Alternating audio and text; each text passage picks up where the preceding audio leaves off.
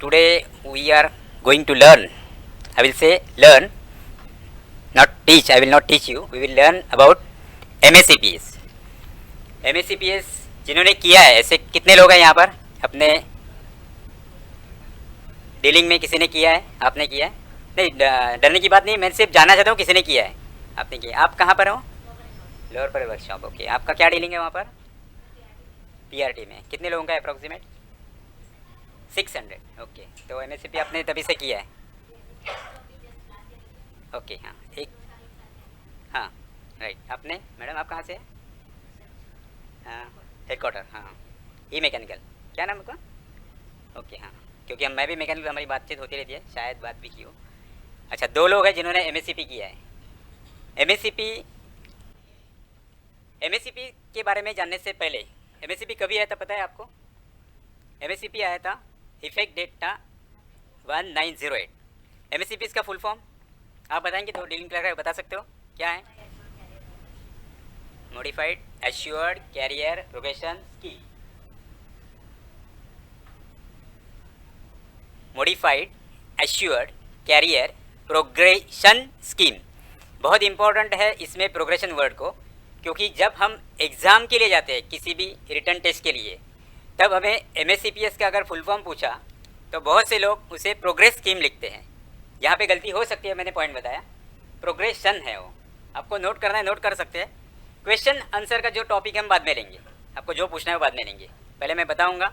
इसमें अगर इसी पॉइंट के ऊपर कुछ डाउट है, या डाउट है नहीं कैसे कि डबल ओपिनियन है, कि आपको लगता है नहीं मेरा मैं जो बोल रहा है वो गलत है, तो तभी आप बोलना। लेकिन हालांकि आपको उसके बारे में जानना है तो हम बाद में करेंगे। तो modified assure career progression scheme, जो कि रेलवे बोर्ड लेटर मैंने यहाँ पर ये स्लाइड पे लिखा हुआ है, इस लेटर के तहत अपने रेलवेज में इंट्रोड्यूस हुआ था, जिसका RBE नंबर, रेलवे बोर्ड्स का जो सर्कुलर नंबर होते हैं उसे RBE नंबर कहा जाता है, 101/09 था। ये आया था 6 पे रिकमेंडेशन के तहत। अभी हम लोग 7 पे कमीशन में है। 7 पे कमीशन कभी से लागू हुआ है? 1/1/2016 से लागू हुआ है। 6 पे कमीशन कभी से लागू हुआ था? 2006 से हुआ था। तो 2006 से modified assured career progression scheme लागू हुआ है। उसके पहले 5th पे कमीशन था, और 5th पे कमीशन 1 जनवरी 1986 से लागू हुआ था, 96 से लागू हुआ था। तो ये 96 के रिकमेंडेशन में एक रिकमेंडेशन ये भी था कि जब किसी एम्प्लॉय को लगातार 12 साल सेवा करने के बाद, सर्विस करने के बाद, अगर कोई भी प्रमोशन नहीं मिलता है तो उसे एक प्रमोशन, फाइनेंशियल अपग्रेडेशन जिसे कहते हैं, वो देना चाहिए। ऐसे सिर्फ 2 थे तभी। कौन से पे कमीशन में? 5वें पे कमीशन में, जो 1/1/96 से लागू हुआ था, जिसमें 2 फाइनेंशियल अपग्रेडेशन देने की सुविधा थी, जो कि 12 और 12 साल यानी 24 साल में 2 फाइनेंशियल अपग्रेडेशन मिलते थे, जिसे ACP कहा जाता था। उसके बाद वाले पे कमीशन में, 6 पे कमीशन में, इसको मॉडिफाइड किया, यानी थोड़ा सा बदल किया। वो बदल क्या किया, इसीलिए उसको मॉडिफाइड कहते हैं। क्या बदल किया हम लोग अभी देखेंगे। Modified career assured progression scheme के तहत एक एम्प्लॉय को मैक्सिमम 3 फाइनेंशियल अपग्रेडेशन मिल सकते हैं। 10 साल, 20 साल और 30 साल की सेवा में अगर उसको कोई भी प्रमोशन नहीं मिला है तो ही। समझ गए? एक बात क्लियर है? क्या मैंने बोला कि फाइनेंशियल अपग्रेडेशन मिलेंगे कितने? मैक्सिमम 3। क्यों मिलेंगे, कब मिलेंगे? इंटरवेंशन पीरियड कितना होगा? 10 साल, 20 साल और 30 साल। यानी कि पहले वाली जो रिकमेंडेशन थे 5th पे कमीशन को, उसको हटा के 12 और 24 का हटा के उसको 10, 20, 30 साल में कर दिया गया।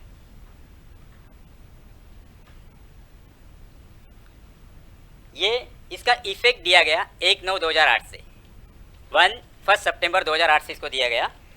और जो ACP की मैंने बात की थी उसका इफेक्ट था 1 अक्टूबर 1999, 1/10/99। उसको अभी हम बाजू में रखेंगे। सिर्फ मैंने ये बताया कि मॉडिफाइड एश्योर्ड प्रोग्रेशन स्कीम क्यों लाया, कैसे लाया, उसके लिए मैंने बताया। अभी ये जो स्कीम था, अच्छा ये तो मैंने बता दिया। एक पॉइंट यहाँ पर ये भी है, जो मैंने कहा कि 10, 20 और 30 साल की सेवा कंप्लीट होने के बाद उसको फाइनेंशियल अपग्रेडेशन दिया जाएगा। ये सेवा जो है, ये सेवा टोटल सर्विस और एक ही पे स्केल में, एक ही ग्रेड पे में अगर आदमी कोई भी 10 साल कंप्लीट करता है, 20 साल कंप्लीट करता है या 30 साल कंप्लीट करता है, यानी 10 साल, फर्स्ट तो 10 साल का कंप्लीशन आएगा। कोई भी आदमी एक पे ग्रेड में, जीपी में, ग्रेड पे में 10 साल कंप्लीट करने के बाद उसको ये फाइनेंशियल अपग्रेडेशन दिया जाएगा। उदाहरण के लिए समझिए कि एक एम्प्लॉय जूनियर क्लर्क में अपॉइंट हो गया 1996 में, उसको 2006 तक कोई भी प्रमोशन नहीं मिला, उसको 2007 में प्रमोशन मिला, तो 2006 में मिला, 2006 तक कुछ नहीं मिला, 2007 में उसको सीनियर क्लर्क का प्रमोशन मिला। Financial upgradation modified Asian career progression scheme का इफेक्ट लागू है 1908 से। 1908 तक उसको कितना सर्विस हो गया कंप्लीट? 12 साल। 12 साल में उसको 2007 में मिला है, तो ये एम्प्लॉय इसीलिए एलिजिबल नहीं होगा, क्योंकि 12 साल हो गई सर्विस उसको दिया गया है। इसका नेक्स्ट, इसी एम्प्लॉय का नेक्स्ट एमएससीपी कभी आएगा? कभी आएगा? समझो इसको प्रमोशन नहीं मिलता आगे, 2007 में इसको प्रमोशन मिला है, टोटल इसका अपॉइंटमेंट मैंने कहा 1996 का है, तो कभी होगा? 1996 से लेकर, पहले तो आप ये देखेंगे, सीधा कैलकुलेशन करना है कि 1996 से लेकर 10 साल 2006 में होते हैं, उसके बाद 10 साल 2016 में होते हैं, तो टोटल 20 साल की सर्विस उसकी 2016 में कंप्लीट होती है। लेकिन जो पहले प्रमोशन मिला है वो कभी था? 7 में, वो 7 में था, उसमें 10 साल काउंट कीजिए, 17 आएगा, तो 17 आएगा और 16 आएगा, इसमें को कहाँ पे मिलेगा? 16 में मिलेगा। यही एक खासियत है इसमें, एक पॉइंट है कि विच एवर इज अर्लियर, 10, 20, 30 साल कंप्लीशन टोटल सर्विस, और in the same grade pay अगर वो 10 साल पहले कंप्लीट करता है या टोटल सर्विस होती है, विच एवर इज अर्लियर है, तो उसको उस हिसाब से एमएससीपी दिया जाएगा। एकदम क्लियर पॉइंट? इस पॉइंट के ऊपर किसी को डाउट है? एमएससीपी आया 1908 से, जिसका लेटर आया था 19 में आया था 2009 में, मैंने जो पहले बताया था 101/2009। रिकमेंडेशन था फिक्स पे कमीशन का, 3 फाइनेंशियल अपग्रेडेशन 10, 20, 30 साल के। समझो एक एम्प्लॉय को आपने एमएससीपी के अंतर्गत फाइनेंशियल अपग्रेडेशन दिया। पहली बात तो ये एमएससीपी है, इसे कहीं भी प्रमोशन ऐसा वर्ड नहीं माना जाता, इसको कहा जाता है ऑलवेज फाइनेंशियल अपग्रेडेशन। तो फाइनेंशियल अपग्रेडेशन होने के कारण एम्प्लॉय के डेजिग्नेशन में कोई भी फर्क नहीं पड़ता। अगर आप जूनियर क्लर्क है, आपको जूनियर क्लर्क का ग्रेड पे अभी एट प्रेजेंट क्या है? 1900 है, तो 1900 से उसको अगर एमएससीपी हम देंगे तो कौन सा देंगे? 2000 का देंगे, लेकिन हम उसको सीनियर क्लर्क बोलेंगे? नहीं बोलेंगे, उसका डेजिग्नेशन में कोई भी फर्क नहीं पड़ता है। हाँ, पेमेंट जो बढ़ेगा वो बाद में आते हैं हम उसके ऊपर, डेजिग्नेशन में फ़र्क नहीं पड़ेगा। एम्प्लॉय की सीनियरिटी में कोई भी फ़र्क नहीं होगा, सीनियरिटी जहाँ है वही रहेगी। हमने उसको फाइनेंशियल अपग्रेड कर दिया, 1900 से 2000 दिया, लेकिन 2000 देने के कारण हम लोग उसको सीनियर क्लर्क में रखेंगे? नहीं रखेंगे, उसको एज इट इज जहाँ है वही रहना है। तो डेजिग्नेशन में फ़र्क नहीं पड़ेगा, क्लासिफिकेशन में फ़र्क नहीं पड़ेगा, सीनियरिटी में फ़र्क नहीं पड़ेगा, या कोई भी स्टेटस, हायर स्टेटस है उसके लिए फ़र्क नहीं पड़ेगा। लेकिन फ़र्क इस बात से पड़ेगा कि उसका ग्रेड पे चेंज होने के कारण उसको पे के साथ में जितने भी अलाउंसेस मिलते हैं सब अलाउंस में फ़र्क पड़ेगा। पगार से संबंधित जितने भी अलाउंसेस है उसमें फ़र्क पड़ेगा। उसको हाउस बिल्डिंग एडवांस अगर लेना है अपने रेलवे से तो भी उसमें नया इससे वो काउंट करके उसको दिया जाएगा। और एक बात है कि रेलवे क्वार्टर्स के लिए एंटाइटलमेंट जो होती है उसके लिए उसको फ़र्क पड़ेगा। रेलवे क्वार्टर उसको ग्रेड पे बढ़ने के कारण अगर वो ग्रेड पे से टाइप उसका चेंज हो रहा है कोई भी, यानी टाइप 1 से टाइप 2 में आ रहा है, वो अपने ग्रुप डी में बहुत सारे केसेस होते हैं ऐसे कि 1800 जीपी में काम करने वालों को अगर एक अपग्रेडेशन मिला तो वो 1900 में आ गए, एक अपग्रेडेशन मिलने के बाद वो 1900 के कारण टाइप उसका 2 के लिए वो एंटाइटल हो जाते हैं। पास के लिए भी होता है, पास या पीटीओ जो हम देते हैं उसका फर्स्ट क्लास और सेकंड क्लास, ये 2 क्लासेस है। एट प्रेजेंट हम लोग जीपी 42 एंड अबव को फर्स्ट क्लास देते हैं, 42 एंड बिलो को सेकंड क्लास देते हैं। तो हम लोग ड्यूटी पास की यहाँ बात नहीं कर रहे हैं। तो ये जो है एंटाइटलमेंट, इसमें फ़र्क पड़ेगा। तो एमएसएमई के अंतर्गत उसके डेजिग्नेशन में, उसके सीनियरिटी पोजीशन में, उसके हायर स्टेटस में कोई भी फ़र्क नहीं पड़ेगा, लेकिन अलाउंसेस में और क्वार्टर के जो एंटाइटलमेंट में और पास, इन तीनों के ऊपर फ़र्क पड़ता है। एमएससीपी देने की प्रक्रिया क्या होती है ये हम जानेंगे अभी। आपको पता है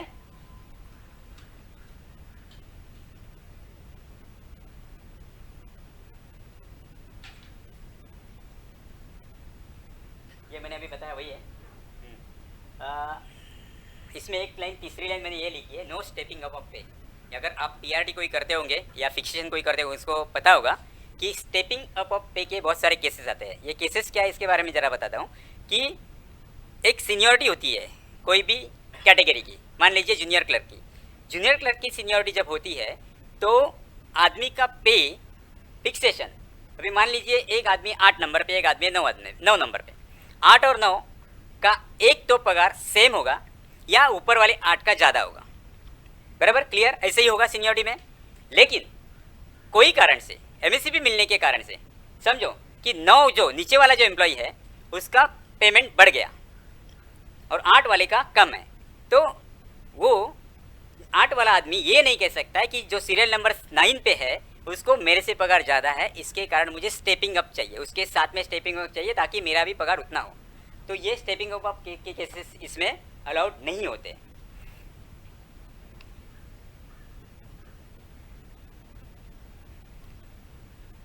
सबसे बड़ी खासियत है कि एमएससीपी में ओनली रेगुलर सर्विस काउंट होती है। अपने रेलवेज में एट प्रेजेंट जब एम्प्लॉय अपॉइंट होते हैं तो एक आरआरबी आता है, ग्रुप सी हो, एक आरआरसी से आता है, एक कंपैशन ग्राउंड से आता है। RRB, group C, RRC, group D, हालांकि अभी ग्रुप डी से नहीं बोलते लेकिन हम अभी जानने के लिए उसको बोलेंगे। तो ग्रुप डी जो होते हैं आरआरसी से आते हैं और ग्रुप सी आरआरबी से आते हैं और कंपैशन गवर्नमेंट, ये सब जो है इसको डायरेक्ट रिक्रूटमेंट कहते हैं। बराबर है। तो ये डायरेक्ट रिक्रूटमेंट जो होता है वो डायरेक्टली ऑलवेज वो डेट जो होती है वो रेगुलर की होती है, उसका डेट ऑफ अपॉइंटमेंट उस दिन से उसको रेगुलर माना जाता है। लेकिन इसके पहले जो अपॉइंटमेंट होते थे पुराने ज़माने में उसमें कैसे होता था कि जब सर्विस क्लर्क होंगे या उनको पता होगा तब अपॉइंटमेंट के टाइम कैजुअल लेबर्स करके एक अपना ये था, कैजुअल लेबर, सब्स्टिट्यूट, 2 टाइप के थे। डायरेक्टली अपॉइंटमेंट बहुत कम होते थे तभी, आरआरबी के तहत वगैरह लगभग नहीं थे। पहले जब आते थे रेलवेज में तो कैजुअल लेबर थे और सब्स्टिट्यूट थे। तो कैजुअल लेबर को कुछ महीनों के बाद, ये डिफाइन नहीं है कितने महीने के बाद, उसको अनअप्रूव्ड सब्स्टिट्यूट मिलता था, ये स्टेटस मिलता था। अनअप्रूव्ड सब्स्टिट्यूट मिलने के बाद 6 महीने के बाद 180 दिन के बाद वो रेगुलर होता था। बराबर, ये एक कंडीशन हो गई। दूसरी कंडीशन क्या है कि कैजुअल लेबर नहीं तो दूसरे कैसे आते थे, सब्स्टिट्यूट। सब्स्टिट्यूट में आदमी आने के बाद उसको 120 डेज कंप्लीट करने के बाद यानी 120 दिन कंप्लीट करने के बाद उसको टेम्पररी स्टेटस दिया जाता था। टेम्पररी स्टेटस उसे वर्ड है। और टेम्पररी स्टेटस देने के बाद एक ऑर्डर निकालने के बाद उसको एक रेगुलराइज या एब्सॉर्ब कहा जाता था। ऐसे 2 टाइप के अभी हम जो कर रहे हैं सर्विस शीट देख के पता होता है हमें कि इस 2 टाइप के सर्विस शीट आपको सामने मिलेंगे। बराबर, अभी जो अपने पास लॉट आया 2007 में आया था आरआरसी का, वो 2017 में अभी होने वाला है ड्यू। तो जिन्होंने डील किया उन्होंने ये चीज़ को देखा होगा। तो इस टाइप के सर्विस शीट अपने पास आती थी। ऐसे केसेस में क्या करना है, मैंने कहा कि ओनली रेगुलर सर्विस होती है वो काउंट होती है। आपको ये 10, 20, 30 जो भी काउंट करना है उसके लिए रेगुलर सर्विस। एम्प्लॉई बहुत सारे लोग अपॉइंट होने के बाद ट्रेनिंग में जाते हैं, बहुत सारे यहाँ पे हमारे यहाँ पे जूनियर इंजीनियर सभी फील्ड में, सीनियर सेक्शन इंजीनियर जो डायरेक्ट में आते हैं वो भी सभी फील्ड में, सभी सेक्शन में। तो ये डायरेक्ट रिक्रूटर होते हैं, उनको ट्रेनिंग में जाना होता है। ट्रेनिंग के बाद उनकी रिटेंशन टेस्ट होती है अपने अपने डिपार्टमेंट में। रिटेंशन टेस्ट देने के बाद वो रिटेंशन टेस्ट में अगर पास हो गए तो उनको हम रेगुलर कहते हैं, रेगुलराइज कहते हैं। बराबर, तो अभी इनके ये केस में ऐसे जो होते हैं उसमें रेगुलर की डेट ये मानी जाएगी, उनका ट्रेनिंग पीरियड कितना भी हो, 52 वीक्स का यानी 1 साल का हो, 26 वीक का हो, 13 वीक का जो भी हो, उसको काउंट नहीं किया जाएगा। Training period will not be counted for MSCP, regular date से उसको माना जाएगा। एकदम क्लियर बात। ये जो 2 बात हमने कही है उसके ऊपर फिर से आते हैं, कैजुअल लेबर और सब्स्टिट्यूट। सेटलमेंट में कोई किसी ने काम किया सेटलमेंट सेक्शन में या पीआरटी में? सेटलमेंट में सर्विस निकालते हैं, वो किसी ने देखा है? आपने देखा है कैसे निकालते हैं? TS2 रेगुलर 50% और full, okay, for all for casual labour and substitute दोनों के लिए सेम है. हाँ नहीं, 10 months that is average emoluments. I am not talking about that average emoluments.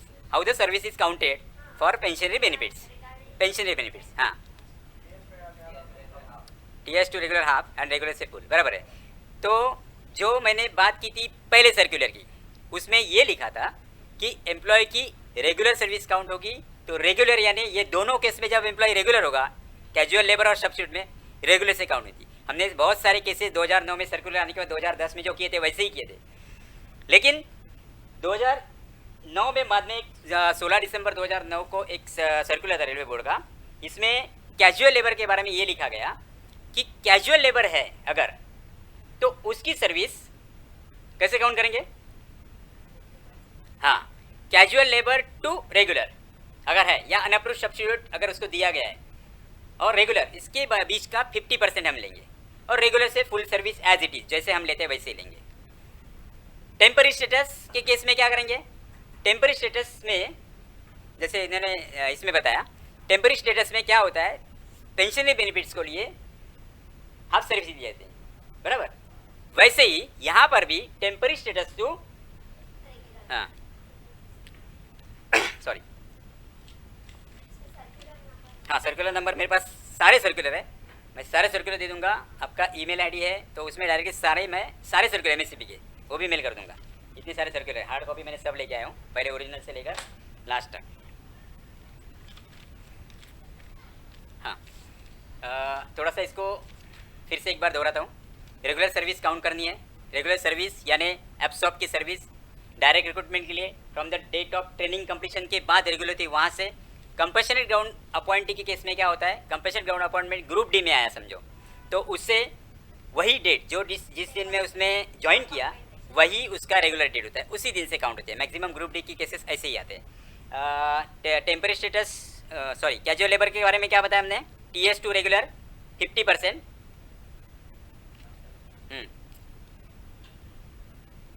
Casual labour है तो TS टू रेगुलर 50% लेंगे और regular onwards full as it is जैसे लेते वैसे.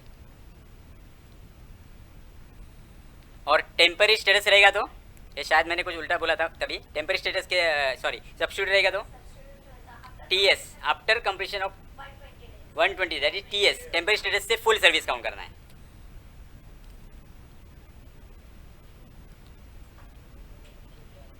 कैजुअल लेबर को हो सकता है TS मिला नहीं मिला हो, उसे अनअप्रूव्ड सब्स्टिट्यूट करके स्टेटस मिल गया और बाद में वो रेगुलर हो गया, तो अनअप्रूव्ड सब्स्टिट्यूट. एक्चुअल होता क्या है कि कैजुअल लेबर जो होता है उसे एज पर रूल उसे अनअप्रूव्ड सब्स्टिट्यूट होना चाहिए. उसके बाद उसको 6 महीने के बाद वो डायरेक्टली रेगुलर होगा. नहीं, अपॉइंटमेंट कैसे हुई थी उसकी अभी नहीं, गैंगमैन नहीं, उसकी स्टेटस क्या था, कैसे अपॉइंट हुआ था, गैंगमैन करके कैसे आया था वो. नहीं गैंगमैन आता है, अभी भी गैंगमैन, अभी ट्रैकमैन अपने पास डायरेक्टली आता है तो वो डायरेक्ट हो गया जिस दिन आया वो. गैंगमैन अगर कैजुअल लेबर है तो कैजुअल लेबर के रूप में अगर गैंगमैन, पहले वाले केसेस होंगे सारे ऐसे, बहुत सारे केसेस होंगे गैंगमैन के जो कैजुअल लेबर्स में आए थे. कैजुअल लेबर के आने के बाद उसको एक्चुअल में अनअप्रूव्ड सब्स्टिट्यूट मिलना चाहिए. वो अगर नहीं मिला तो अपने यहाँ पे बहुत सारे केस ऐसे दिखने को मिलते हैं, उनको भी TS दिया है, उनको भी टेम्पररी स्टेटस दिया है और टेम्पररी स्टेटस देने के बाद उनको रेगुलर किया है. बराबर. ऐसे केस में क्या करना है कि TS टू रेगुलर हमने 50% लेना है. कैजुअल लेबर था वो, कैजुअल लेबर अगर है तो. बराबर. हाँ वो पहले था.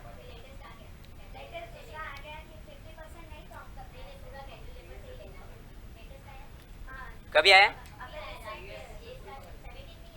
नहीं,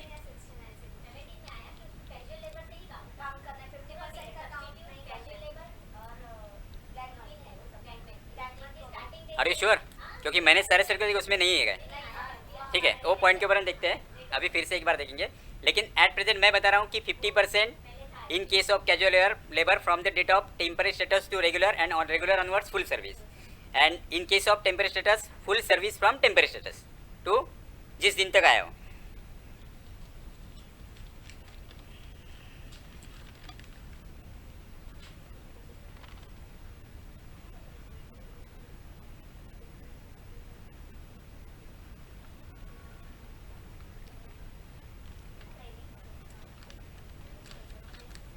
हां काय ट्रेनिंग पीरियड अभी तक तो नहीं है 100% वो। रिटेंशन टेस्ट होने के बाद उसको रेगुलर का हम निकालते हैं मेमोरेंडम, रेगुलर ऑर्डर निकालते हैं, उस दिन से उसको काउंट करना है।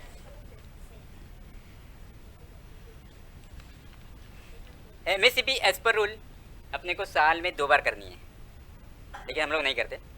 साल में 2 बार करनी है, एक करनी है फर्स्ट वीक ऑफ जनवरी और एक करनी है हमें फर्स्ट वीक ऑफ जुलाई।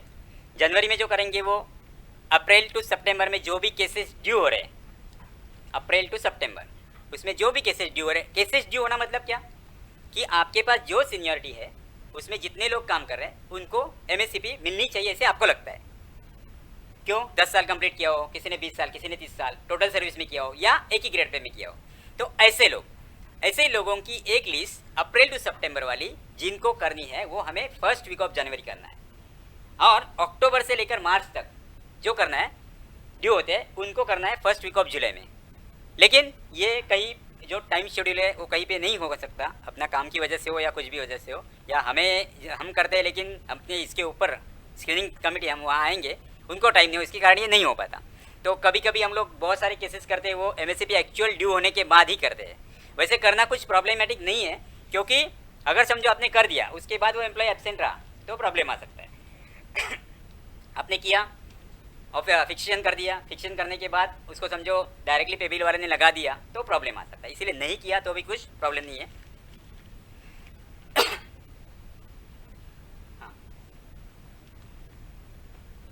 यहाँ पे मैंने लिखा है कि इनकी जो सूटेबिलिटी होती है, जैसे प्रमोशन पीआरटी करने वाले और कोई है दो के अलावा, तो सूटेबिलिटी होती है। सूटेबिलिटी के लिए हम लोग एक स्टेटमेंट बनाते हैं, उसका फॉर्मेट एक अपने पास फॉर्मेट रेलवे हेडक्वार्टर ने एक प्रिस्क्राइब किया था, उसके बेस के ऊपर हम लोग चल रहे हैं। एक फॉर्मेट है, फॉर्मेट में हम सारे पर्टिकुलर्स भरते हैं, उससे हमें ये पता चलता है कि उस एम्प्लॉय ने 10 साल कभी कंप्लीट किए ग्रेड पे में, उसने प्रमोशन कभी पाया है, 20 साल कभी किया और वो कभी ड्यू होगा, ऐसे एक फॉर्मेट है प्रिस्क्राइब।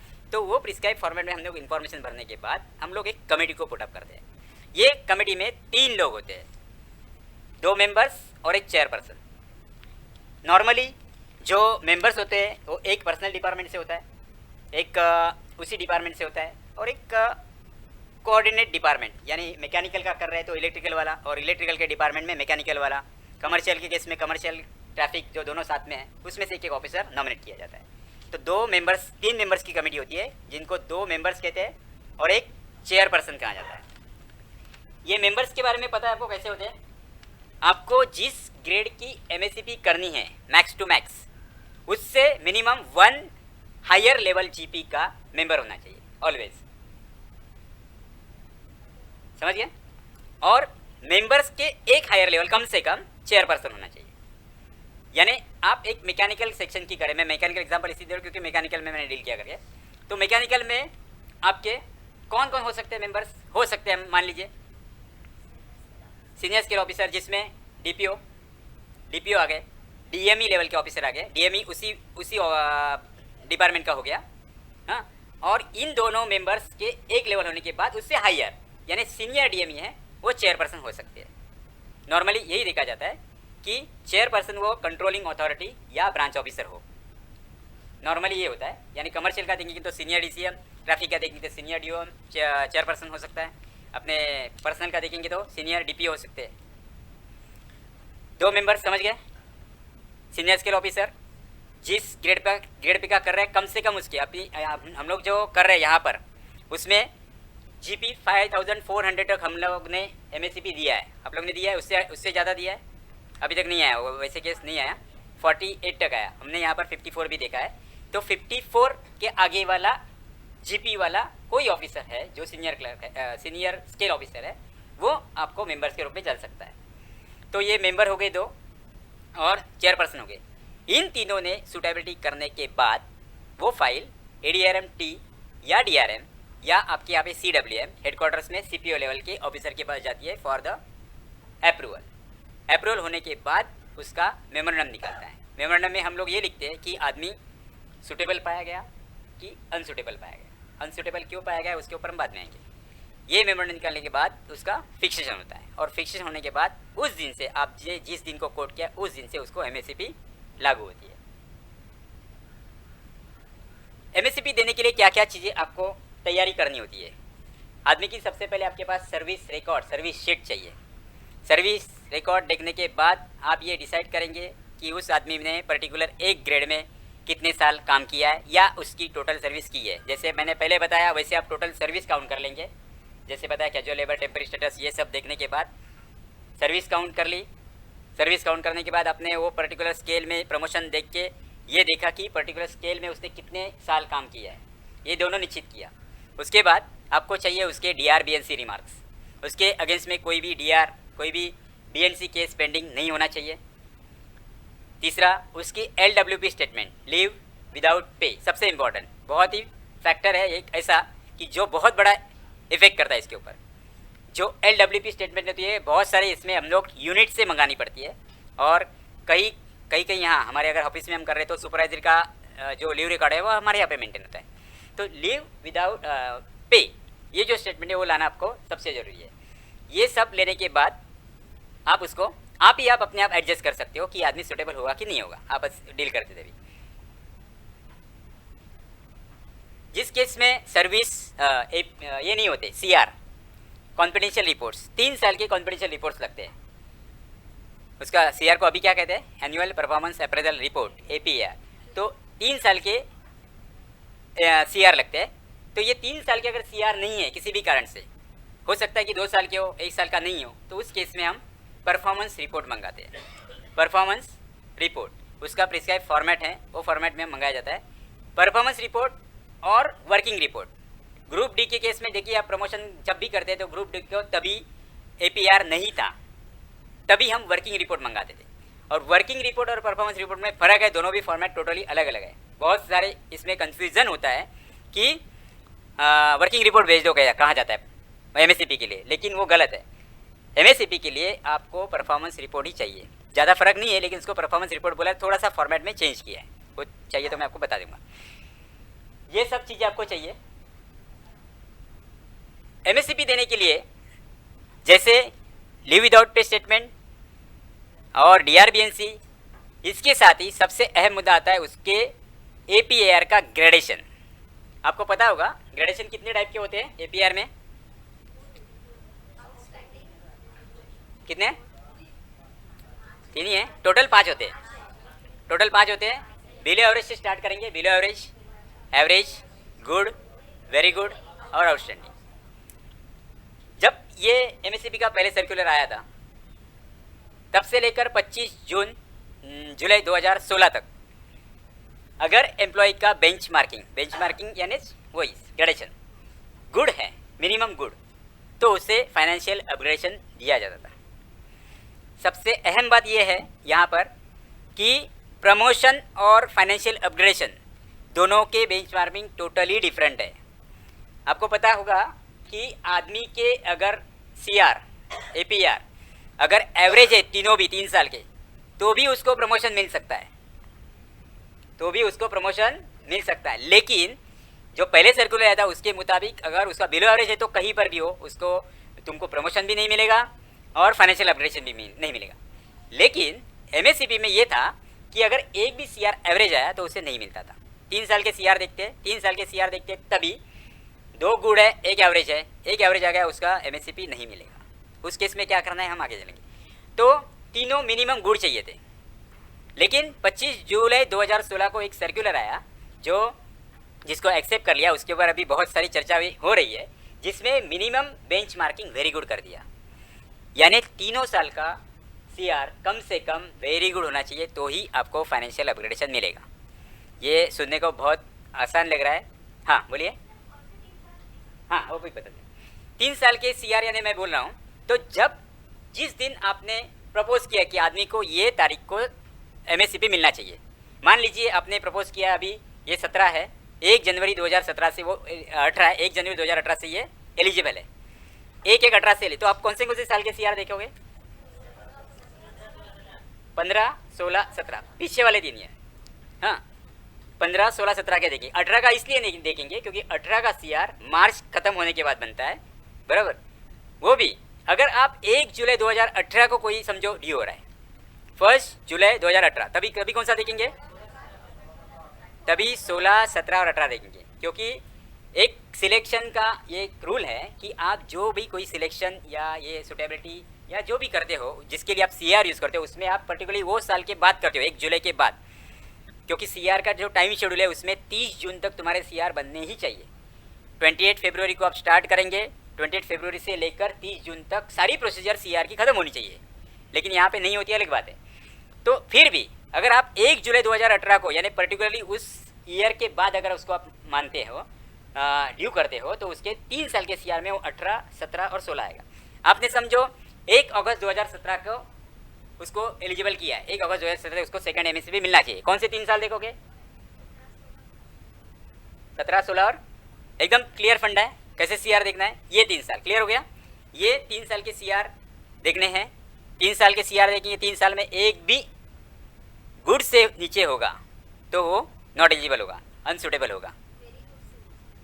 वेरी गुड से नीचे, वेरी गुड से पहले था गुड, वेरी गुड। हाँ हाँ, काय नहीं, अजून झालेला नहीं है, अभी तक ये बात हुई नहीं है। अभी जो चर्चा हो रही है इस मामले को यूनियन ने हायर लेवल पे उठाया है, रेलवे बोर्ड के लेवल पे ऊपर उनके जो इसमें, और इसीलिए ये इन्फॉर्मेशन रेलवे बोर्ड जानना चाहती है कि आपके पास जितने भी एम्प्लॉय है उनके 4 साल के CR 17, 16, 15, 14 इनके 4 साल के CR का ग्रेडेशन मांगा गया है उन्होंने कि आपके आउटस्टैंडिंग में कितने लोग हैं। समझो एक SSC कैटेगरी मान लीजिए, तो SSC कैटेगरी में आपके पास 125 आदमी काम कर रहे हैं, तो 125 में से 2014 में कितने लोगों का आउटस्टैंडिंग है, वेरी गुड कितना है, गुड कितना है, एवरेज कितना है, बिलो एवरेज।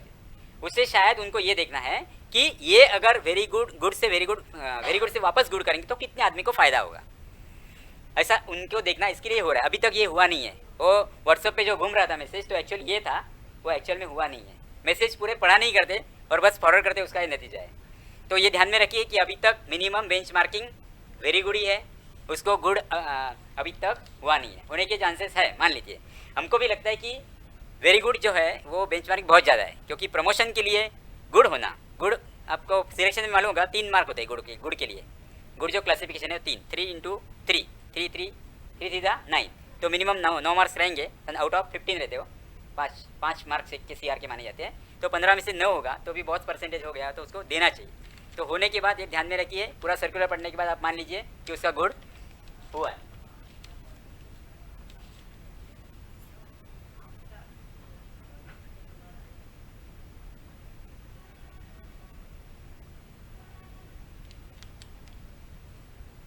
स्केलिंग कमेटी के बारे में जो मैंने बताया वही स्लाइड है ये, जो 3 मेंबर्स होने चाहिए, 1 चेयरपर्सन और 2 मेंबर्स होते हैं। मिनिमम सीनियर स्केल ऑफिसर होता है जिसका PB3 होता है और ग्रेड पे 6600 होता है, और चेयरपर्सन का उसके ऊपर होता है। 3 मेंबर्स में एक मेंबर जो होता है वो अपना पर्सनल डिपार्टमेंट से कंपलसरी है, लिख के लेना तो लिख सकते हैं। चले आगे।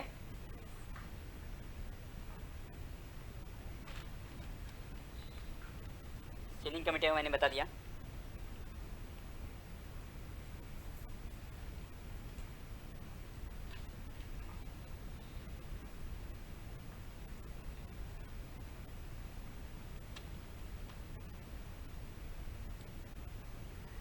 MSCP मिलने के बाद फिक्सेशन किसी ने किया है? फिक्सेशन कैसे करते हैं, किया है किसी ने? अच्छा, आपका एक टॉपिक था ना कि प्रमोशन हो जाने के बाद एक टॉपिक है जिसके ऊपर हम अभी चर्चा करेंगे कि MSCP के लिए आदमी ड्यू हुआ है, लेकिन उसने उसका जो हायर पोस्ट है उसके लिए रिफ्यूजल दिया है। उस केस में क्या होता है? आदमी मान लीजिए जूनियर क्लर्क ही है, सीनियर क्लर्क बनने से उसका नंबर आया, उसने मना कर दिया कि नहीं मुझे सीनियर क्लर्क नहीं बनना है, क्योंकि अगर वो सीनियर क्लर्क बनता तो उसकी कई ट्रांसफ़र और जगह होती थी, इसके लिए उसने मना कर दिया। तो ऐसे केसेस में उसको MSCP पर्टिकुलर वो उसका नहीं मिलेगा। एक पॉइंट है इसमें, बराबर नहीं मिलेगा उसको। कब तक नहीं मिलेगा? जब तक वो एक्चुअल में वो फिर से पोस्ट नहीं ज्वाइन करता तब तक। रूल नंबर 15 पैरा नंबर 25 जो ओरिजिनल सर्कुलर उसमें क्लियर कट लिखा हुआ है कि आपको अगर आपने कोई भी प्रमोशन के लिए मना कर दिया तो आपको नेक्स्ट हायर MSCP उसी ग्रेड का नहीं मिलेगा। लेकिन आपको MSCP मिला, समझो आपको जूनियर क्लर्क है, MSCP मिला नेक्स्ट हायर और आपका प्रमोशन आया, और प्रमोशन आने के बाद आपने मना कर दिया, तो ऐसे केस में आपको दिया हुआ एमएससीपी नहीं निकाला जाएगा, वो रहेगा एज इट इज। समझ गए? पहले दिया प्रायर अगर उसने रिफ्यूजल दिया है तो उसको जब तक वो नेक्स्ट के लिए नहीं होता तब तक उसको नहीं मिलेगा, लेकिन एमएससीपी मिलने के बाद अगर उसने उसका प्रमोशन पे रिफ्यूजल किया है तो उसको एमएससीपी दिया हुआ नहीं निकाला जाएगा। काय काय कशाबद्दल? 18मध्ये जे आलेलं आहे 2018मध्ये ते ॲक्च्युअलमध्ये ऑफिसर लोकांसाठी आहे। त्याच्यामध्ये हाँ, त्याच्यामध्ये असं आहे, हिंदी में बोलता हूँ सबके लिए, कि 2018 में जस्ट एक आया है 25/1/18 को। 25/1/18 को जो सर्कुलर आया है उसमें ये लिखा गया है कि वो क्लियर कट ऑफिसर के लिए है कि आप ग्रुप सी में काम कर रहे हो, ग्रुप सी में काम करते वक्त आपने आपका रैंकर से लेके, रैंकर और एलडीसी 2 टाइप के प्रमोशन होते हैं, उसमें आपका रैंकर में ये आ गया, प्रमोशन आ गया ग्रुप बी में यानी ऑफिसर का, और आपने रिटर्न टेस्ट के लिए रिफ्यूजल दिया। रिटर्न टेस्ट कोई भी एलडीसी कोई भी सिलेक्शन हो उसमें रिटर्न टेस्ट कंपलसरी है, ये पता है सबको। कोई भी सिलेक्शन रैंकर हो एलडीसी हो उसमें रिटर्न टेस्ट होती है, वो कंपलसरी होती है। उस रिटर्न टेस्ट के लिए अगर रिफ्यूजल दिया तो उसको रिफ्यूजल नहीं माना जाएगा। ये सर्कुलर है अभी जो रिसेंटली आया हो। उसमें क्या होगा, समझो आप मान लीजिए कि आप ओएस में काम कर रहे हो, ओएस में एलडीसी है, समझो मान लीजिए रैंकर नहीं है अपने यहाँ पे, लेकिन बहुत सारे डिपार्टमेंट में रैंकर में होती है, मैकेनिकल में होती है, इलेक्ट्रिकल में होती है। जो रैंकर की अभी एग्जाम्पल के लिए हेडक्वार्टर में अपने सारे डिवीज़न की एसएससी की एक कंबाइन इंटर से सीनियरिटी है, जिसमें ऑल डिवीज़न की एसएससी की सीनियरिटी है, उनको रैंकर के तहत जो है उसमें रैंकर एएमए के लिए, असिस्टेंट मैकेनिकल इंजीनियर पोस्ट के लिए कॉल फॉर किया जाता है। कॉल फॉर किया, उसका नाम आया, लेकिन उसने रिफ्यूजल किया, तो उसको एमएससीपी मिलेगा कि नहीं, पहले हम नहीं देते थे ये मान के कि उसने वो पोस्ट के लिए मना किया है। लेकिन ये सर्कुलर के मुताबिक उसको अगर रिटर्न टेस्ट के लिए दिया है तो उसको रिटर्न टेस्ट को रिफ्यूजल वो नहीं माना जाएगा, क्योंकि उसने अच्छा ओके, तो उसमें वो रिफ्यूजल नहीं माना जाएगा। रिफ्यूजल नहीं मान के उसको प्रमोशन दिया जा सकता है। ये केस कभी आएगा, आपके पास एसएससी में काम कर रहा है आदमी, कोई भी एसएससी का, हां मग त्याला तुम्ही दिलं का नाही दिला?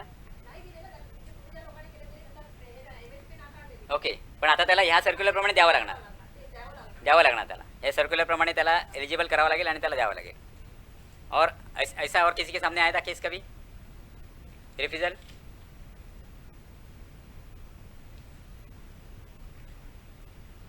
पे फिक्सिंग के बारे में हम लोग आ रहे थे। आदमी को अपने एमएससीपी दिया, हम वहाँ तक बताए थे कि सूटेबल का मेमोरेंडम निकाला, सूटेबल का मेमोरेंडम आपका पे फिक्सिंग क्लर्क के पास, सर्विस क्लर्क के पास जाएगा। अगर आप वही क्लर्क है तो आपको करना है। तो पे फिक्सिंग करने वक्त आप पे फिक्सिंग कैसे करोगे? हाँ,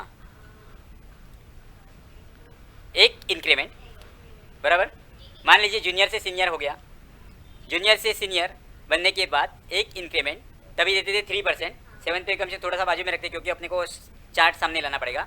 3% और plus GP difference. Senior clerk का जीपी कितना और जूनियर क्लर्क का 19। तो सीनियर क्लर्क से अगर एक आदमी को जूनियर क्लर्क का यानी उसका एमएससीपी मिलता है तो उसमें 2000 मिलेगा। हाँ, ये हायरार्की मैं बताना भूल गया कि ऑलवेज आपके पास जितने पे स्केल के ग्रेड पे है वो एमएससीपी के लिए काउंट होते हैं बराबर। आपके पास जो मिनिस्ट्रियल कैडर है उसमें junior to senior, senior to OS, OS to COS 4 stages है। तो उसमें जूनियर का है अपने पास 1900, सीनियर का 2800, 28 से 42 बराबर, ये स्टेजेस है। तो एमएससीपी देने के लिए लेकिन हम कि 19 से अगर किसी को देना है तो अपने पास पे स्केल जो 2000 का जीपी है, सबसे बड़ी इंपॉर्टेंट बात ये देना चाहिए। जब एमएससीपी आया था तभी 1-2 डिपार्टमेंट में अपने यहाँ पे ऐसे हुआ था और उनको दूसरा जो वो पर्टिकुलर हायरार्की का ये दिया गया था। ऐसे हुआ था, किसी बाद में उनकी रिकवरी हुई थी। आपके यहाँ पे हुआ था, इलेक्ट्रिकल में हुआ था। तो ये ध्यान में रखिए, जब एमएससीपी देंगे तो 19 के बाद अपने पास 2000 का स्टेज है तो 2000 मिलेगा। 2000 के बाद अगर हम टेक्नीशियन की कैटेगरी देखते हैं तो 19 होता है, 19 के बाद 24, 24 से 28, 28 से 42 बराबर। 1900 ग्रेड 3, ग्रेड 2, 24, ग्रेड 28, ग्रेड 1 और एमसीएफ 42। लेकिन अगर आप टेक्नीशियन ग्रेड 3 को एमएससीपी दे रहे हैं जो कि 1900 का है तो उसका नेक्स्ट हायर आएगा 2000 का, उसका नेक्स्ट देना है तभी आप उसको 2400 देंगे बराबर, क्योंकि उसके इसमें 2400 है। 2400 के बाद भी अगर ड्यू रहे तो हम 28 देंगे और 2400 से देना है तो फिर लास्ट वो 42 में जा सकता है। तो ये इस बात को ज़रा ध्यान में रखना। हाँ हाँ हाँ, नहीं क्या समझा नहीं मैं आपका क्वेश्चन। नहीं, okay, it's for all MSCP. हाँ ओके, 28 के बाद अपने पास 42 है। हाँ बहुत बड़ा डिफरेंस है उसमें, 1400 का डिफरेंस है। 42 ये एमएससीपी ये बात है कि सबको मिलेगा। पहली बात तो कोई भी कैटेगरी को ये नियंत्रित नहीं किया है, सबको मिलेगा। आपको ये देखना है कि उसमें कौन कौन से स्टेजेस है ग्रेड पे के। वैसे देखिए फिक्सेशन होगा, वो कैसे बताया कि 3% प्रेजेंट इसमें प्लस जीपी डिफरेंस मिलेगा। मान लीजिए ऐसे आपने फिक्सेशन किया, एक जूनियर क्लर्क से उसको 1900 जीपी वालों को आपने 2000 दिया, 2000 पे आपने फिक्सेशन कर दिया। कुछ सालों बाद उसका एक्चुअल सीनियर क्लर्क में प्रमोशन आया, हो गया एक्चुअल सीनियर क्लर्क में प्रमोशन हुआ, तभी क्या करोगे? तभी आपने जो जीपी दिया है, ना कि जूनियर क्लर्क का, आपने जीपी उसको दिया था 2000 का जीपी और सीनियर क्लर्क का जो प्रमोशन हुआ वो जीपी, उसका दोनों का डिफरेंस 800 आ रहा है, तो 800 उसमें ऐड होगा। उस टाइम उसे इंक्रीमेंट नहीं मिलेगा। हाँ उसमें वो रेगुलर माना जाएगा। उसमें जीपी डिफरेंस देखिए उसको हम फिक्स करेंगे। उसके बाद अगर अपना नॉर्मल रूट ऑफ इसमें इंक्रीमेंट है वो उसको देना है, राइट। और कौन से तरीके से आ सकता है फिक्सेशन अलग से? ऑप्शन में क्या होगा? अच्छा, ऑप्शन में आपके यहाँ पे जैसे हम बीच में एक सर्कुलर आया था कि आपको प्रमोशन मिलने के बाद जब फिक्सेशन करना होता है, तभी ये पहले रूल था कि आपको ऑप्शन देना है विद इन 1 मंथ कि आपको डेट ऑफ प्रमोशन से चाहिए कि डेट ऑफ इंक्रीमेंट से चाहिए। आदमी जिस दिन से देगा उस दिन से उसका फिक्सेशन किया जाता है। लेकिन हमारे यहाँ पे एक सर्कुलर निकाला था शायद हेडक्वार्टर के ऑर्डर से, जिसमें ये लिखा गया था कि जिसमें एम्प्लॉय का फ़ायदा है वो करना है, वही मानते हैं आप। परेल में हेडक्वार्टर में कैसे किया जाता है वैसे ही किया जाता है। तो उस केस में क्या करेंगे आप, दोनों तरीके से उसका फिक्सेशन देखोगे, कैलकुलेशन करेंगे, डेट ऑफ प्रमोशन से भी और from the date of increment से भी, जिसमें जो प्रॉफिटेबल होगा वो हम दे देंगे। और कैसे आता है फिक्सेशन? एक 2009 को इम्प्लीमेंट हो गया एमएससीपी, ओके। तो उसमें जब क्राइटेरिया रखा गया तो उसमें लिव विदाउट पे तब काउंट किया गया था क्या? यानी लिव विदाउट पे का क्राइटेरिया था या नहीं था? बराबर था, पहले से ही था। लिव विदाउट पे का क्राइटेरिया पहले से ही था। LWP काउंट करके ही आपको उसको जो डेट आता है उससे वो आगे जाना था। मान लीजिए आप, अच्छा वो अच्छा पॉइंट आपने उठाया, मैं इस बात को रह गया था मेरे से बताना कि 2008 से MSCP लागू हुआ है। मान लीजिए 96 में एक आदमी अपॉइंट हुआ, तो 96 से अपॉइंट हुआ, उसको कोई भी प्रमोशन नहीं मिला, खलासी में आया, उसको MSCP देना है। 96 को आया मान लीजिए, तो उसको पहला MSCP कभी मिलेगा? हाँ 1 ओके, क्यों मिलेगा? इनका आंसर बराबर क्यों नहीं एक्चुअली डील किया है। आपने 10 साल काउंट किया, सिर्फ 1196 से 10 साल काउंट करके आपने बोल दिया 1/1/2006 से मिलेगा, लेकिन इसका इफेक्ट डेट जो है वो 1908 से है। तो 1908 होने के कारण अगर वो 10 साल कंप्लीट भी करता है या टोटल सर्विस भी और एक ही ग्रेड पे भी, तो भी उसको पहले 1/9/2008 से ही मिलेगा। तो तब उसमें बाय चांस अभी उसमें उसका एब्सेंट रहेगा, तो काउंटिंग कैसे होगा? यानी 1/9 तभी काउंटिंग कैसे होगा कि 1/1/96 से लेकर 1/1/2016 को उसको 10 साल कंप्लीट हुए हैं, बराबर। 96 से 2006 इस पीरियड में आप LWP काउंट करेंगे। मान लीजिए वो 40 डेज आती है, 40 डेज आएंगे 1/1/2066 ना, 6 में आप 40 डेज काउंट करो आगे, 1 का 2 नहीं 40 डेज है, 10 डेज होगा। 10 फरवरी प्लस 10 डेज ना, 10th मार्च की फरवरी 10 फरवरी 2016 में वो ड्यू होगा, लेकिन 2006 में, लेकिन इफेक्ट डेट 1/9/2008 होने के कारण उसको 1/9/2008 से ही मिलेगा, 8 से ही मिलेगा। ये LWP आप काउंट कर रहे हो, इसमें उसका डेट आगे जा रहा है। अगर समझो मान लेते 1908 का नहीं होता, तब आप कभी से देंगे देते उसको? ये केस में आपने जब काउंट किया फरवरी से देते, तो फरवरी से देते हैं, इसीलिए उसको वो काउंट करके ओके हाँ 20 ईयर्स में काउंट हो जाएगा ना, 20 ईयर्स में आगे जाएगा ना, हाँ 20 ईयर्स में आगे जाएगा, 40 डेज आगे जाएगा। 20 ईयर्स में आगे जाएगा, टोटल में आगे जाएगा। लेकिन अभी अभी हमने जो केस देखा था उसमें वो डायरेक्टली ऐसे माना था कि 96 से लेकर 2006 तक उसको कोई भी प्रमोशन नहीं है। ओके 20 इयर्सला कोणती LWP पाहिजे नेक्स्ट 10 इयर्सची पाहिजे नाही वो भी बता देता हूँ। अच्छा अभी ये LWP क्या है इसमें, और एक बात कि अभी जो हमने बोला कि यही एग्जाम्पल को थोड़ा सा ही करते हैं कि आदमी ड्यू हो रहा है, मान लीजिए 1/9/2008 कोई, हाँ, लेकिन आपने LWP देखा नहीं है, तो उस केस में क्या होगा कि आप LWP काउंट करेंगे। LWP काउंट करने के बाद मान लीजिए उसका 300 डेज LWP है, तो 300 डेज बोलेगा तो कितना 11 महीना, तो अप्रोप्रिएट 11 महीना उसका आगे जाएगा। 1/9/2008 को ड्यू हो रहा है लेकिन 11 महीना आगे जाएगा, जो भी है वो आएगा, बराबर। हाँ अभी क्या बात करेंगे, सेकंड Second MSCP ला MSCP. पहिलं हे धरायचं नाही का LWP मग त्याच्यानंतरच्या पकड़ा है, दे काउंट करो ना। आपको MSCP देना है तभी LWP, जो MSCP देना है, मान लीजिए आपको फर्स्ट देना है, सेकंड देना है, थर्ड देना है। फर्स्ट प्रमोशन हो गया आपका, केस क्या है कि एक तो फर्स्ट उसका प्रमोशन हुआ है या फर्स्ट उसका MSCP हुआ है और उसको सेकंड देना है, ऐसी ही केस हो सकती है, दो में से कोई भी एक केस होगी। फर्स्ट प्रमोशन हुआ है वो डेट से लेकर 10 साल या टोटल सर्विस, विचर इज अर्लियर में वापस केस क्या आएगी कि उसका डेट ऑफ अपॉइंटमेंट से लेकर अभी तक। तो ये केस में आप जब आपने उसको प्रमोशन दिया है तब प्रमोशन से लेकर 10 साल में जितना उसका LWP वो देखा जाएगा। MSCP दिया है, पहले MSCP दिया तो सवाल ही नहीं, पहले MSCP देने के टाइम उसने आपका ऑलरेडी उसका डेट आगे किया था। सेकेंड MSCP देंगे तभी उस दिन से लेकर जिस दिन दिया है उसका MSCP, न कि 10 ईयर्स, जिस दिन दिया है उस दिन से लेकर 10 साल, हाँ उस दिन। अगर कभी कभी ऐसा होता है कि जो आने वाला डे भी उसमें काउंट होता है तो उसको उतना दिन वो आगे जाएगा, समझ गए। 1908 ला दिलाय आणि नंतर 20 वर्षाने द्यायचं आहे।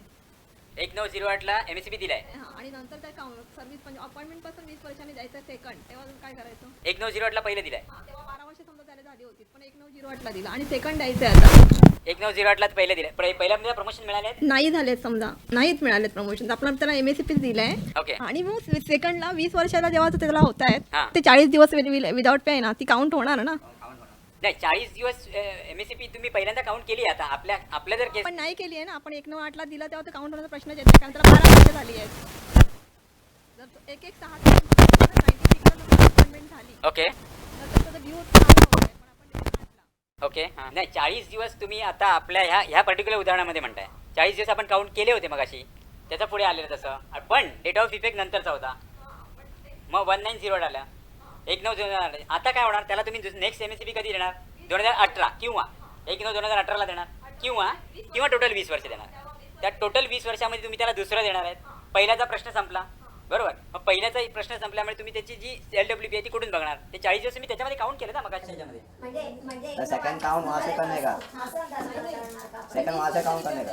20 वर्षाचा नाही विचेवर प्रक्रिया हां विचेवर प्रक्रिया आपण जो म्हणतो ओके तर त्याच्यामध्ये आपण 20 वर्षाचाच क्रायटेरिया करूया नाही 20 वर्ष करूया की तो 20 वर्षाचा क्रिया आहे तर मग आपण ते जे 40 वर्ष 40 दिवस आहे ते 1/9/8 च्या याच्यामध्ये नलिफाय झाले खरं तर, बरोबर।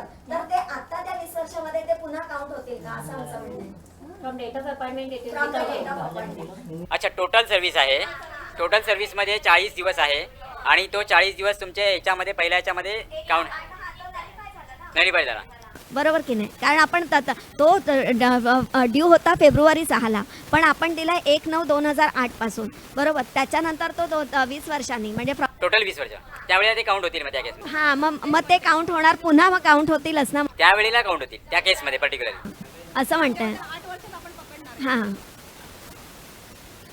2 8 वर्षात कारण 12 वर्षाने आपण त्याला दिलाय आणि नंतर फक्त 8 वर्षाने आपण त्याला 20 वर्षात पकडणार। म्हणजे त्याचा नेक्स्ट जो आहे तो ॲक्च्युअलमध्ये पैका GP मध्ये 8 वर्ष सर्व्हिस केल्यामुळे पण टोटल 20 वर्ष केल्यामुळे त्याला मिळणार आहे, त्या केसमध्ये ते होऊन जाईल, होणार त्याच्यामध्ये।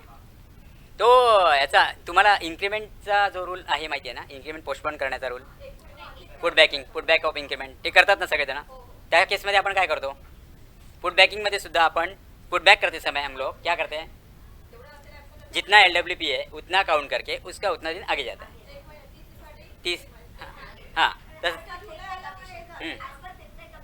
हाँ हाँ हाँ आता नाही आता 180 डेज असतील तर आहे 80 डेज ॲज पर 6 पे कमिशन झालेला आहे ना, इम्प्लिमेंट झालेला आहे. त्यामुळे तो पुन्हा प्रश्न हेच होता, त्याच्यामध्ये होत नाही होत नाही, काउंट होत नाही. स्टेपिंग अप ऑफ पे वो इसमें MACP में कैसे नहीं लागू होता है?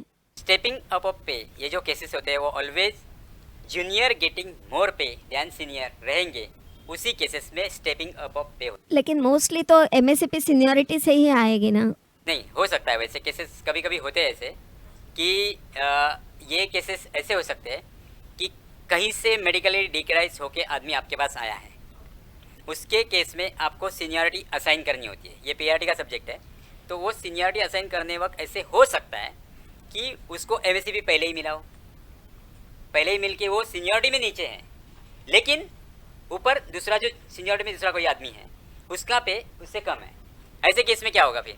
ऐसे केस में ये इसलिए नहीं होगा कि उसको ये मिला है, MACP मिला है. MACP में आपने उसका फिक्शन किया होगा तो ऑलवेज वो ज़्यादा ही होगा, पर्टिकुलरली उस ग्रेड पे से वो ज़्यादा होगा. इसके लिए स्टेपिंग अप केस में ये केसेस इसमें नहीं लेते, MACP में नहीं लेते. MACP अगर मिला है तो ये केसेस कभी होते हैं स्टेपिंग अप पे के? दो एम्प्लॉय को रेगुलर प्रमोशन में, दो एम्प्लॉय है, इसमें जो कोई जूनियर है तो जूनियर को अगर सीनियर से पे कम है तो होते हैं. तो ये रेगुलर में अब कभी ऐसा हो ही नहीं सकता. लेकिन उसको MACP मिला है तो MACP के कारण उसका नेचुरली वो पेमेंट उसका हाई होगा, वो उसी केस में कंपैरिजन कभी नहीं होगा, इसीलिए वैसे नहीं मिलेंगे. अभी MACP में ऑप्शन लेंगे, अभी तो ऑप्शन का यही नहीं है, तो अब हाँ तो वो नलीफाई होता है ना क्वेश्चन. ऑप्शन लेटेस्ट हाँ अभी मुझे नहीं पता. तो MACP में ऑप्शन लिया अभी MACP में ऑप्शन लिया एक, तो उसके बाद उसका प्रमोशन आया तो वो प्रमोशन में फिर से ऑप्शन ले सकता है. MACP में नहीं, वो हमने फिक्शन के टाइम वो क्लियर किया है मैंने बात. आप MACP दिया, MACP में हम लोग उसका फिक्शन कर दिया, जैसे जो कोई प्रोसीजर है वैसे हम लोग 6 पे कमीशन में 3% का एक इंक्रीमेंट प्लस उसका GP डिफरेंस के उसको फिक्स करते थे. बराबर मान लेते कि वही पे कमीशन चल रहा है, उस पे कमीशन में आपने क्या कहा उसको प्रमोशन हुआ, तो प्रमोशन के टाइम कैसे फिक्शन करने का हमने उसके ऊपर डिस्कस किया ना. अभी उसमें क्या किया था हमने, डिफरेंस, अगर GP डिफरेंस, वो भी GP डिफरेंस कौन सा जिसमें MACP दिया है वो ग्रेड पे का और आप प्रमोट हुए वो ग्रेड का, उसका GP डिफरेंस देंगे तभी हम उसको इंक्रीमेंट नहीं देंगे. तो उसमें सवाल नहीं आएगा. इसको थोड़ा सा रिवाइज करेंगे, मैं आपको पूछूंगा, आप उसके आंसर देंगे. हम लोग कौन से टॉपिक पे बात किया अभी? नहीं पूछूंगा अभी मैं, अभी कॉमन में नहीं है, जिसको पूछूंगा वो जवाब देगा. कौन से टॉपिक पे बात किया अभी हमने? फुल फॉर्म क्या है उसका? जो पूछा उनको बता दीजिए पहले, नहीं आता दूसरा करिए. देख के बोलो, कुछ प्रॉब्लम नहीं है. हाँ कौन से टॉपिक पे बात किया हमने? MACPS का फुल फॉर्म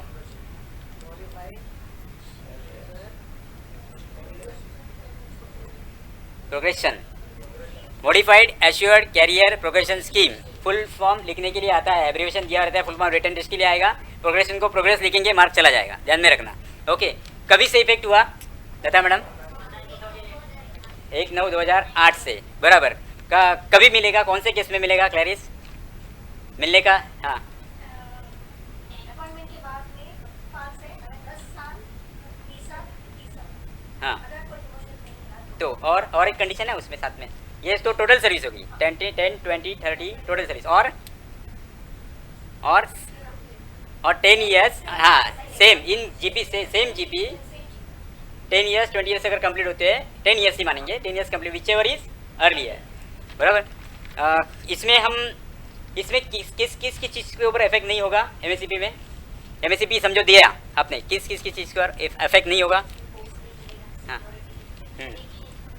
हाँ डेजिग्नेशन, पोस्ट, सीनियरिटी, स्टेटस, इसके ऊपर कोई फर्क नहीं पड़ेगा. लेकिन गिरीश उसको क्या किसके ऊपर फर्क पड़ेगा MACP देने के बाद? हाँ पे, यानी पे के साथ में जो अलाउंसेस मिलते हैं उसके ऊपर, और 5 PTOs और एंटाइटलमेंट ऑफ रेलवे क्वार्टर. उसके ऊपर फर्क पड़ेगा, बराबर। नॉर्मली एमएससीपी में कमेटी के मेंबर कितने होने चाहिए आप बताएंगे? 3। कौन कौन?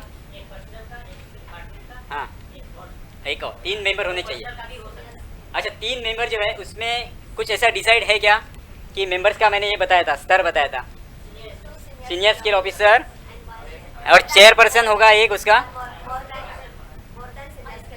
जो मेंबर है उससे एक ग्रेड ज़्यादा होना चाहिए, बराबर। कमेटी को मेरा कमेटी को क्या कितने बार ये करना है एक साल में? कभी कभी जनवरी में कौन से करेंगे हम? अप्रैल टू सितंबर में जो मैच्योर होते हैं वो जनवरी में करेंगे, और जुलाई में अक्टूबर टू मार्च, बराबर है, अक्टूबर टू मार्च। ब्रिजेश, हम लोग क्या क्या इसकी तैयारी करेंगे, क्या क्या चाहिए एक आदमी को समझो देना है एमएससीपी? हाँ हाँ, अपार, और एक चीज़ रह गई, डीआरबीएनसी, बराबर। ये सब चीज़ें आ गई। सब चीज़ें आने के बाद उसको आप देखेंगे और टेबल वो बनाएंगे, उसका जो फॉर्मेट है उसे बनाएंगे।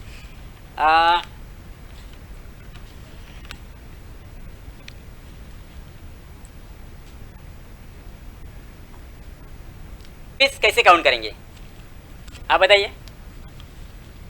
सर्विस कैसे काउंट करेंगे इनकी? एक एमएससीपी का आदमी है, वो मान लीजिए वो टेम्पररी स्टेटस उसको मिला हुआ है, उसने 15 साल की सर्विस की है टेम्पररी स्टेटस से लेकर आज तक, उसको आप कितने एमएससीपी दोगे? एक ही मिल सकता है, कंफर्म? हाँ, और टेम्पररी स्टेटस ही है, लेकिन 20 साल की सर्विस उसने कंप्लीट की है आज के दिन में।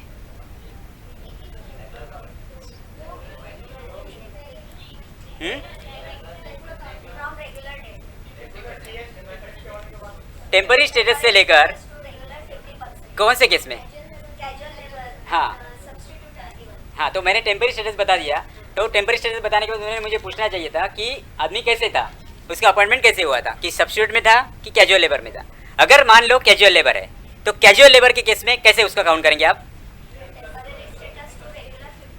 ओके ओके, इसमें इनका कहना है कि एक सर्कुलर आया हुआ है जो हमें देखना है कि कैजुअल लेबर को भी रेगुलर पूरा सर्विस दिया है नहीं अभी तक। जब तक आप उसको ड्यू करेंगे तब तक उसका आप फुल सर्विस लेंगे, बराबर, टिल ड्यू, राइट।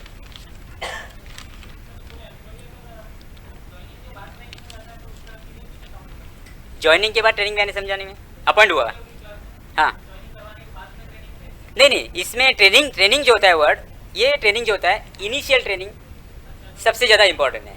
जब कोई भी पोस्ट को आप ज्वाइन करते हैं और उस ज्वाइनिंग में आपको इनिशियल ट्रेनिंग है, जैसे मान लीजिए सुपरवाइजरी पोस्ट है जेई और एसएससी का, आप डायरेक्ट में आ गए आरआरबी के थ्रू, तो कोई भी थ्रू आरआरबी कंपटीशन ग्राउंड हो कैसे भी आ गए, लेकिन उनको इनिशियल ट्रेनिंग है।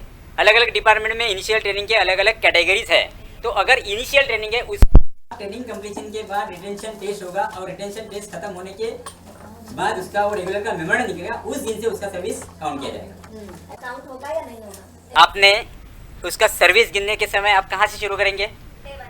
डे 1 से। पहले अपॉइंटमेंट कैसे हुआ ये देखेंगे, बीच में उसने एलडीसी किया, रैंकर किया, वो नहीं देखना है। पहले सर्विस काउंट करते समय आप देखो कि उसका अपॉइंटमेंट कैसे हुआ था।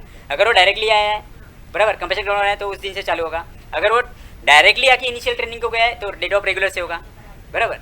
लेकिन आपके केस में क्या है कि आपका कहना है कि बीच में वो एलडीसी का उसने एग्जाम किया या रैंकर का एग्जाम किया और वो ट्रेनिंग में चला गया। वो ट्रेनिंग इनिशियल ट्रेनिंग नहीं है, वो ट्रेनिंग उसका ट्रेनिंग है, वो पर्टिकुलर जॉब के लिए पार्ट ऑफ जॉब है, उसको ये कहते हैं। वो उसमें वो ट्रेनिंग पीरियड नहीं माना जाएगा, उसको एज अ सर्विस काउंट होगा, एज अ सर्विस काउंट होगा। एज अ सर्विस काउंट करके आप उसको दे सकते हो।